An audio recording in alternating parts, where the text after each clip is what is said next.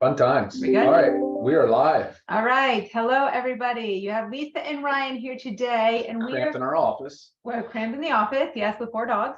But we're here today to discuss CBD, all about CBD, and really all about the endocannabinoid system and what it is, why it's out of whack, how we get it back under control. With CBD and a few other lifestyle things. So Ryan's going to go into the nitty-gritty details, the science behind the endocannabinoid system, and then dig into our CBD. And then we'll talk about uses, a lot of questions that I know I've received that we'll go through, and then we'll also be able to answer some questions as they come. But if you're going to ask questions, please make sure it pertains to CBD. Those are the ones that we're going to answer today. Awesome. Yeah, and we'll talk a little bit about pets as well. Yeah. So endocannabinoid system is, consider it like a large mesh network. It is the largest network of receptors in our body. It's larger than our central nervous system and our peripheral nervous system. So the endocannabinoid system has 3 real main components. There's receptors, there's endocannabinoids, and there's enzymes. So we're going to talk a little bit about receptors because that's kind of really how everything works. The receptors act sort of as a lock and key and become the signaling center once they are activated. So receptors for endocannabinoid system are found in both the central nervous system and the peripheral nervous system. There are 2 types of cannabinoid receptors. There's cannabinoid type receptor 1 and type 2. Now they're spread out throughout the body, but the central nervous system is the brain and the spinal cord. So in the brain and the spinal cord, you're predominantly going to find CB1 receptors there. Now, the peripheral nervous system is made up of basically all other organs of the body, all other tissues, your connective tissue, your muscle fibers, your other organs, your liver, your kidney, your pancreas, your spleen, everywhere else in the body. But it's a large system. In that system, in the peripheral nervous system, you're going to find a mix of CB1 and CB2. So mostly CB2, but it's going to be a mix. And so those are the primary receptors. Now, the body naturally does produce what they call endocannabinoids. Endo meaning inside, and the cannabinoids are what we're talking about today. So endocannabinoids are produced by the body. There are 2 main endocannabinoids. Now, we'll talk a little bit about how they get thrown out of whack, disrupted, and sort of not in high enough concentration. And then, of course, there's enzymes. So the enzymes are responsible for a lot of heavy lifting. They are what manufacture endocannabinoids. They're also what breaks down endocannabinoids. So we won't focus too much on the enzymes today. We're going to speak mostly on, I'd say, the endocannabinoid system, as well as ways to kind of balance it and restore homeostasis. And that's the word homeostasis kind of implies that there's a balance in the system, a natural balance. And that goes with everything in our body. We always want to establish homeostasis. And why so many things happen to our bodies is because they lose that homeostasis, they get off balance. Yeah, well, let's talk about that. Let's talk about what causes the endocannabinoid system to have a dysfunction. Yeah. Okay, well, sure. A lot of it's life. I mean, this goes with everything too, but it's lifestyle. I mean, it's stress, it's smoking, it's excess alcohol, it's lack of movement or exercise, a poor diet. All these things, just as they can throw other of our bodily systems out of whack, all these things can also throw our endocannabinoid system out of whack. Yeah. What are some other things? Did I get to them all? Yeah, I think you covered the big ones. You know, you guys may have heard of things like endocrine disrupting chemicals, right? So things like phthalates. That's one that comes to mind for me. It's real common in like plastic water bottles. Or BPA. BPA. And those things actually can really disrupt the normal endogenous production of your endocannabinoids. Those are 2.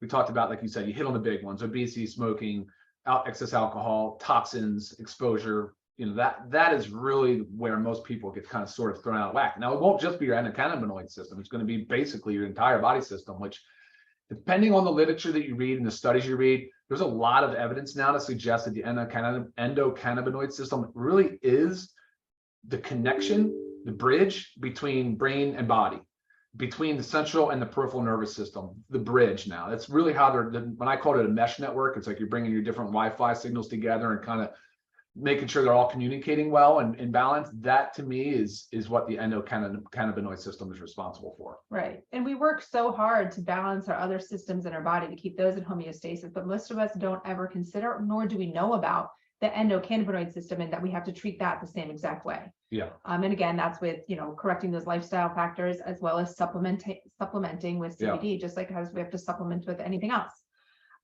So really, I was going to say that one thing that's interesting is you just said like many people aren't familiar with, and there's a good reason. This wasn't discovered until the 90s. I mean, they've identified CBD. I'm not sure what year it was early on, and THC, I mean, the 60s, but in the 40s, I think maybe CBD, somewhere around there. But the endocannabinoid system really wasn't discovered until like the early 90s. And but since then, I mean, there's been a ton of literature, a ton of studies. A lot of money is going into studying the endocannabinoid system. And look, there's a drug approved on the market now that treats, primarily it's for FDA, but it's for convulsions and seizures. right, which is CBD, but just FDA approved. Yep. Yep. What were you going to say? Well, I said how we correct it. So I said the lifestyle factors as well as supplementation. Is there any other ways? I think there's some really solid evidence around nutrition. So specifically on the gut. Were you going to talk about that at all? So if you want to talk about it, the gut-brain balance, because the microbiome. So fermented foods comes in a big time here. So the kimchis, the kefir, the probiotic-based foods. I mean, those are super beneficial in restoring normal endogenous production of like your endocannabinoids. Right. And we really should be doing all of this with supplementing to really help balance the well, supplements becomes part of it. Right. Right. Common uses. Well, other ways to restore. Hold on though. So like exercise. Let's use exercise. Sorry. Exercise is one where like you have to talk about it because it does help restore the balance, the homeostasis. As a matter of fact, that concept of the runner's high for many years was believed to be some like an opioid thing where like what's it called? The endorphins get kicked up, and anyway, now they're saying it's actually the endocannabinoids that are regulating the runner's high and kind of giving you that second wind and balancing out your cellular, messaging and chemical messaging. So that's kind of cool. I thought that was neat. Yeah. So we talked about nutrition. We talked about exercise. Of course, I think that balances it for sure. Healthy body, lean muscle, healthy body weight is a big part of it. Avoiding toxins, right? Which Reducing is impossible, but doing the best you can. I mean, we don't live in a bubble, so unfortunately we're exposed. So you have to just work a little harder at it. Yeah, exactly. Before we go into talking about LiveGood and the CBD and the oils and the tinctures, why don't we take a few questions? Do we want to do that now, or should we wait till the end and just go through all of them? Well, let's do a few like common uses, because I feel like that's probably a few questions out there. I know I get that with somebody who's very unfamiliar with CBD, which is fine. That we're here to educate about it. But common uses, a big one is insomnia. It really helps you sleep. It helps your body relax. Anxiety, stress, pain is a big one. Great to help manage pain without using over-the-counter NSAIDs, which can also wreak havoc on your gut.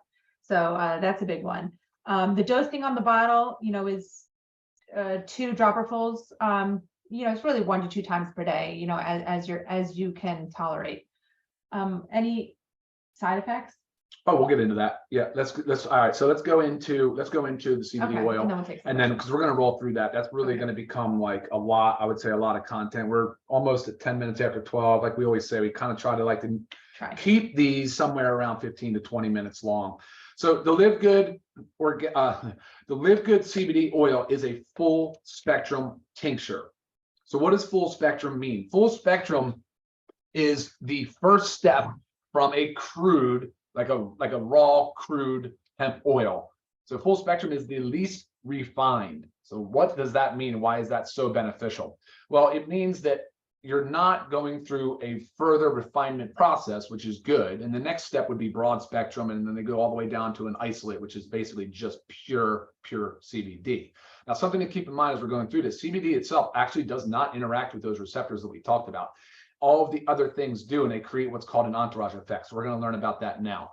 So full spectrum has the flavonoids, which are basically like antioxidants in the plant. You have the terpenes, which are what gives you the flavor and the aroma.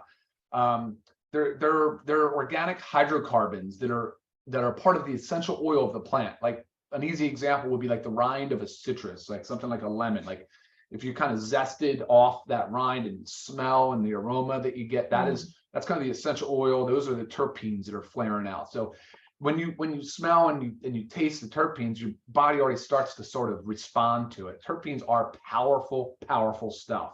It's big. It's a big part of what has been studied. And if you guys want to really get into the weeds on this, Google some of the terpenes and learn about them. They're incredible. So having those in the full spectrum, they are not in the broad spectrum for the most part, but terpenes, flavonoids, and of course you have the cannabidiol, which is CBD, cannabidiol, and then you have some of the other minor cannabinoids. So like you'll see CBC, CBG, CBN, there's the CBD acids that somebody was just asking about. Now they'll vary quite a bit based on the plant, based on the cultivation and the harvesting and all that. But that is, in essence, the benefit of full spectrum. Now, with that said, you are going to have some THC. THC, of course, is the psychoactive part of the plant that can cause people to get high. And legal requirement is up to 0.3% THC.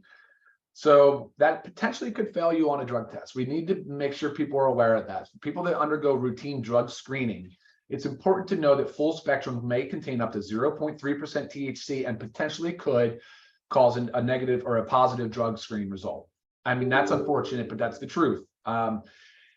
If you actually look at the certificate of analysis, though, like some of the ones we were looking at, you'll see that the actual THC concentration, and this is a very good thing, is so low that it's not even detectable. And that's at the bottom of our website. If you want to review the certificates of analysis. Yeah, the certificate of analysis is really an important piece there. So you'll know how much THC is in your product. And if it's lower than detectable limits, you will, I can't say definitively, but you're unlikely to test positive on a drug screen at that point. I mean, it's still stretch at 0.3, but the caution flag has to go out there. Yeah, it's always just like err on the side of caution. For sure. Something, if you're in the law enforcement and you're routinely drug tested, I mean, please. Yeah. Would be responsible for that. Yeah. But that's, I mean, the terpenes are really what drives the train. I know the miners do in the CBD, and it's the entourage effect. The entourage effect is considered what synergistic. So the sum is greater than the whole. The sum is greater than the whole of the parts. The whole is greater than the sum of the parts. I think that's synergistic.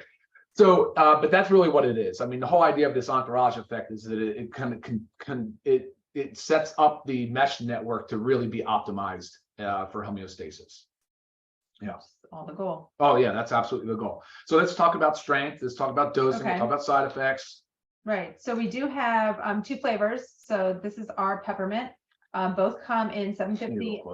Both come in 750 and 1500. The light's killing it. Yeah. And then we also have the natural flavor. Same thing. 750, 1500.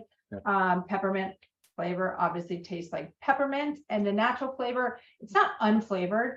It really just tastes natural. Like natural. Yeah. You can just taste it, but it's nothing like that has a significant flavor.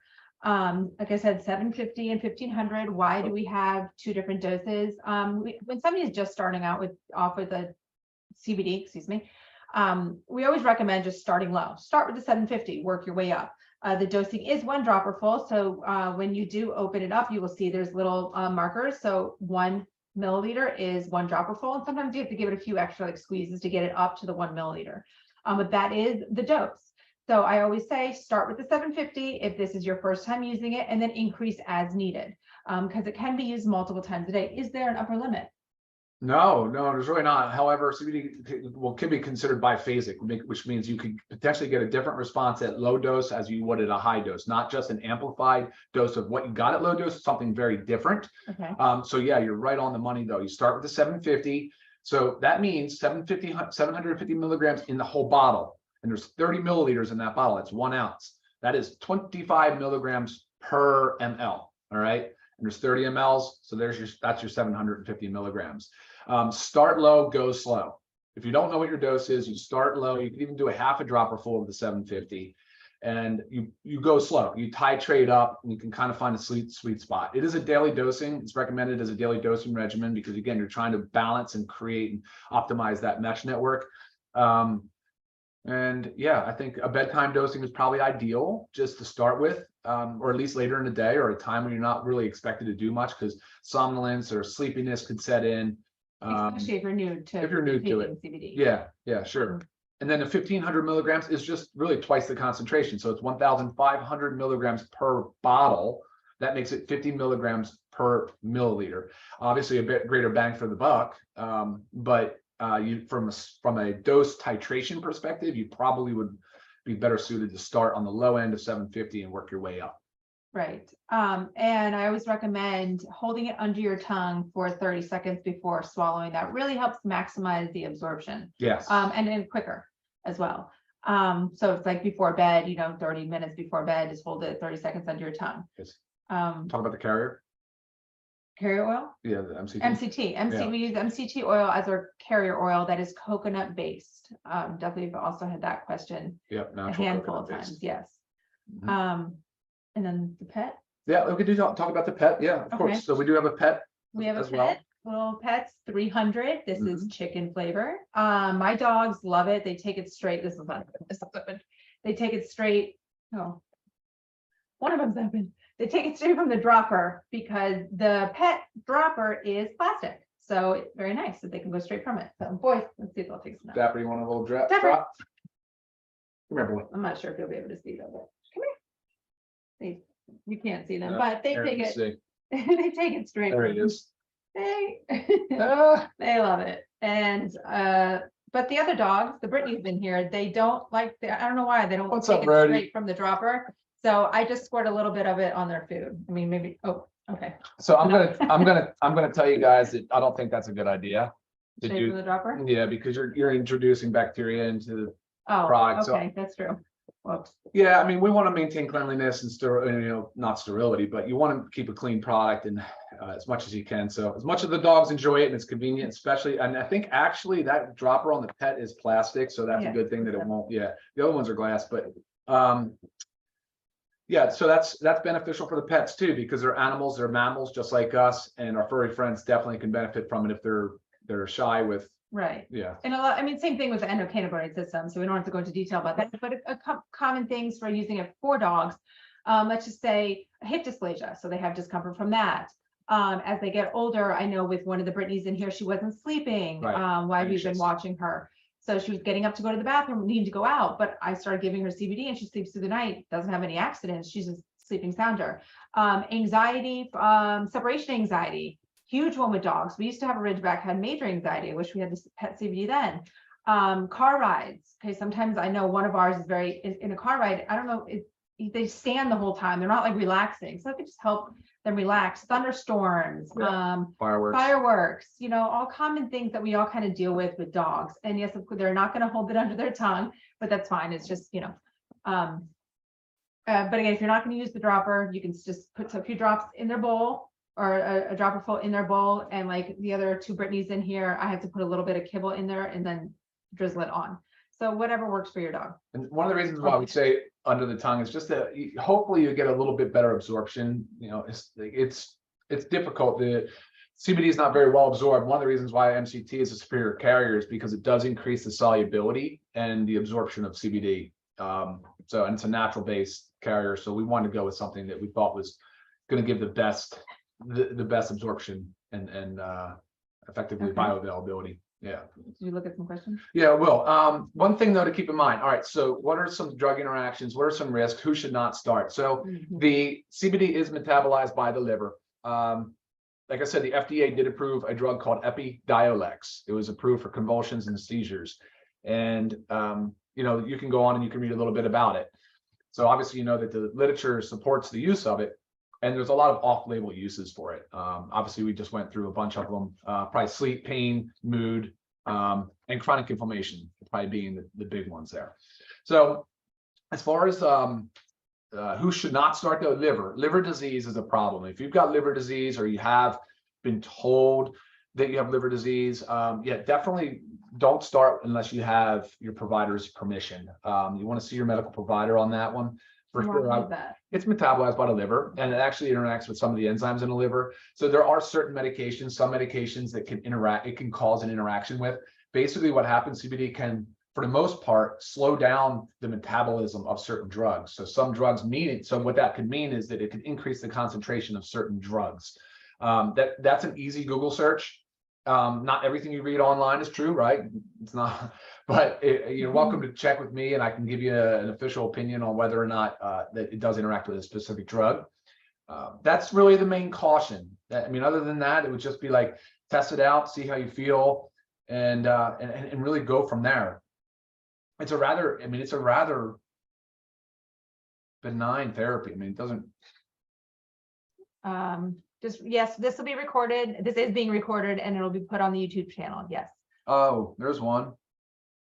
CBD is also good for children with autism and epileptic spasms. Okay, I think that was a statement. I agree with that. I know there's a lot of literature and a lot of studies supporting that. Okay, we went over the THC.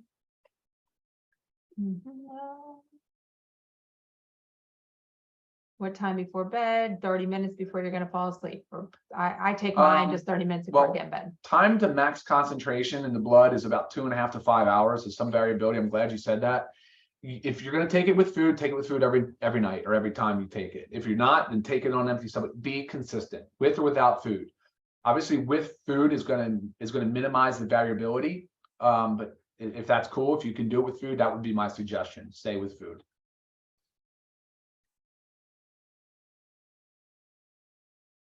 Two drops. Again, a serving is a dropper full. There's markers on it. 1 milliliter is a dropper. And each bottle is 30 milliliters, so that's 30 servings per bottle. Anytime you're going to use any supplement for children, please talk to your child's pediatrician before starting. Our pediatrician approves of the use. Okay, there's a lot on the children, but again, same thing. You know, anytime we're discussing with children, just. For those of you that were asking about the certificate of analysis having an expiration, it should not have had an expiration date. That was a mistake. So they redid the certificate of analysis. There's another one going up on the website. So don't worry about that. The beyond use dating is 2 years, but they have stability beyond 2 years. We wanted to make sure that we stuck it with 2 years from the date of manufacturer. Well, you want to answer this? No, that's just having to do with THC. Unfortunately, we chose the full spectrum because we think it offers the most clinical benefit. Yeah. So you're always going to have the risk of THC. There may be some other products in the future that we come out with that are more focused on, say, something like sleep, where we won't have any THC in it.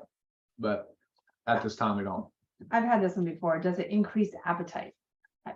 No, it actually may decrease appetite. No, one of the side effects is it potentially causes a decrease in appetite. Patrick, I would love to know if this helps your cat with its seizures. Please let us know. Give us some feedback. Absolutely. All right. We're running 23 minutes after CBD 12. is not water soluble. I did comment on solubility and absorption. You are correct in that. Yeah. Okay. No, and that's one of the reasons why, like we said, MCT scroll. Okay. Resection kids. So MCT coconut oil based. Correct. Yeah. Is it effective to rub the oil on your body? I mean, sure. I mean, they make salves, you know. The salves out of it for sure. I mean, you can use it for that. Yeah. I use the CBD for my vertigo and it's amazing. Great hearing. Vertigo is one frustrating thing to deal with because it's very hard to pinpoint what's going on. Can be anyway. Does it help with weight loss? Indirectly. I mean, it can lower your appetite, but it's also about keeping your body in homeostasis. So once everything is aligned in our body, things happen smoothly. All right. Yep. All right, guys. CBD can be taken any time of the day. Yes. Yep. 30 milliliter only at the moment. That's the only size we do have. Yeah, a couple of drug interaction questions coming in. Send those. Yeah, you can send those to me. Or you can just check with your physician or your provider, medical provider, or if you want, you can try Google search and just see what you come up with if you're very, very concerned. And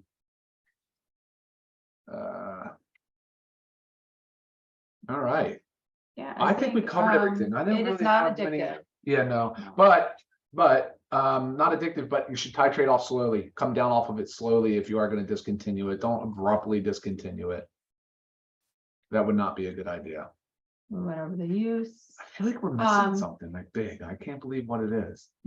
Well, if again, some of these questions are coming in right now that we've already answered, so maybe it looks like a lot of you jumped on late. I know the email was sent out late, so this will be recorded. This is being being recorded and will be on our YouTube channel, so you guys can send your friends, family to listen to this. Yeah, does it overdose? No, we did talk about not really having an upper limit. We come out with gummies. Yeah, gummies. I love gummies, but you know how hard it is to make a clean gummy? It's really tough. Really, really tough. It's just been the challenge at the moment, but not to say we're not working on it. We're working on it. I'll tell you that for sure.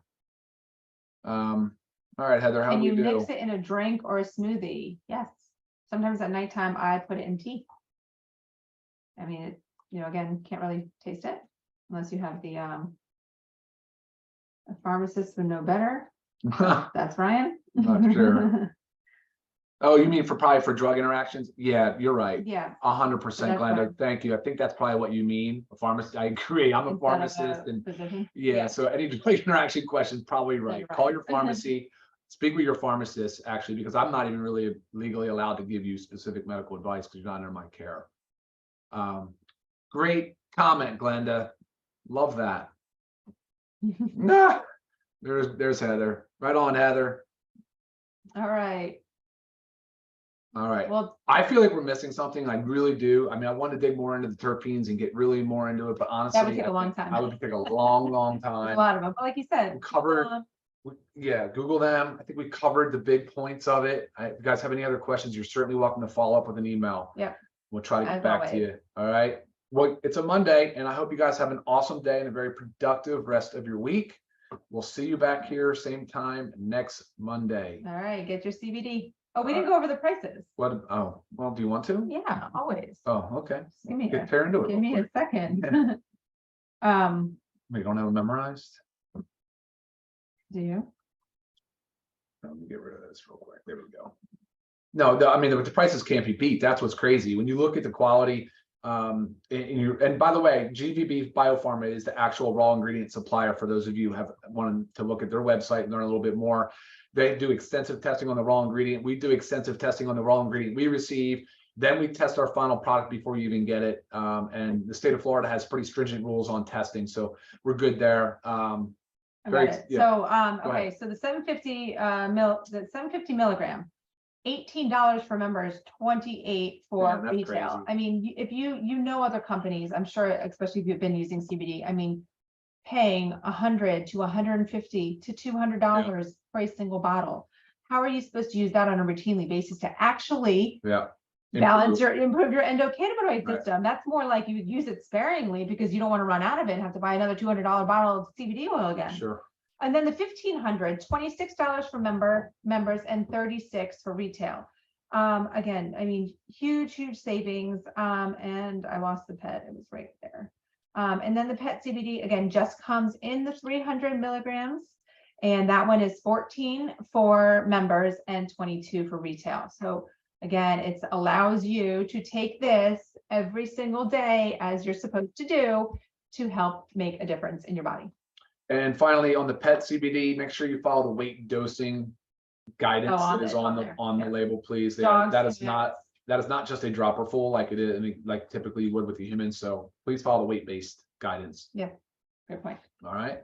All right, guys. Well, thank you very much. Enjoy your Monday, and we'll chat soon. See y'all. Take care.